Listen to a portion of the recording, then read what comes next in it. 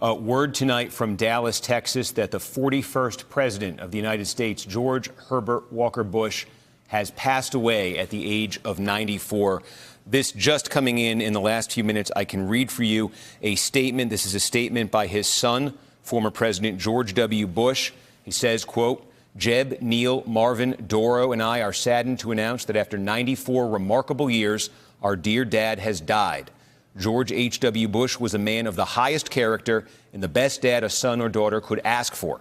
The entire Bush family is deeply grateful for 41's life and love, for the compassion of those who have cared and prayed for Dad, and for the condolences of our friends and fellow citizens." Again, that word just coming into us. George H.W. Bush, who's president of the United States from 1989 to 1993.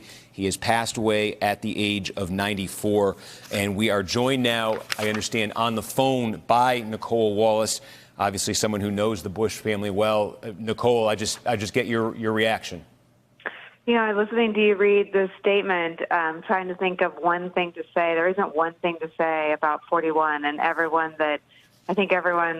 everyone calls him 41. There's 41, and his son, George W. Bush, he released a statement tonight, is 43.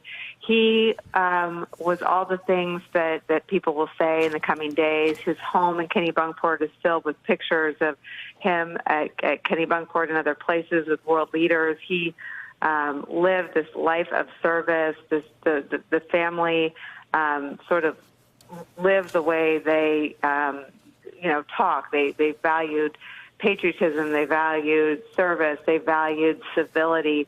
And in Mrs. Bush and President Bush's final years, they didn't stop caring about these things. I was at their house in Kennebunkport during the 2016 election, and they were talking about the race. They were talking about the state of politics.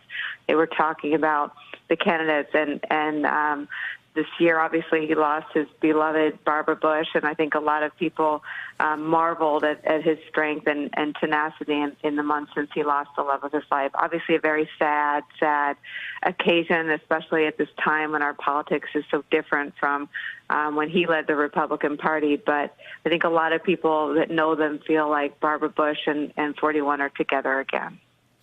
And Jon Meacham, of course, a Bush biographer, historian. He also joins us now as well. Jon, thank you for taking a few minutes. Just this extraordinary life, trying to immediately put it in some perspective here. Just one thing that I'm struck by right away is that this is a man who was the son of privilege and became, at a very young age, a war hero.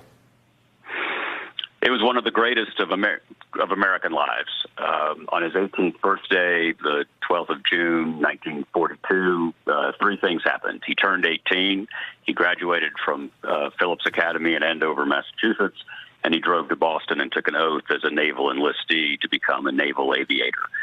He flew 58 combat missions off carriers in the Pacific.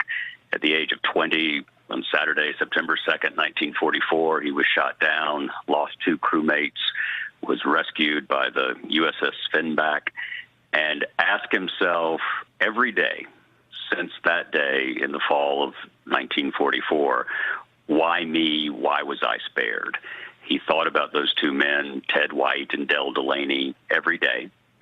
And I've always thought that his life, ever since that moment, had been an attempt to prove himself worthy of having been spared in combat. He won the Distinguished Flying Cross for his heroism that day and went on to become the last great American soldier statesman, the last president of the greatest generation, our last World War II veteran to serve in the highest office. It was a life of service. It was a life of ambition. As he liked to put it, politics isn't a pure undertaking. Not if you want to win, it's not. But the thing that always struck me about President Bush's life, particularly in politics, was whatever he might do to win ultimate power, when he was in ultimate power, when he had political influence, he always put the country first. And there are three great examples of this. In 1964, he opposed the Civil Rights Act when he was running for the Senate in Texas. But when he was in the House in 1968, in the wake of Dr. King's assassination, he voted for fair housing, much to the consternation of his constituents. 1988, he ran a tough campaign against the governor of Massachusetts, but he then, as president for 4 years, governed in a remarkable spirit of attempted bipartisanship. He was not an unthinking partisan. And he said, read my lips, no new taxes.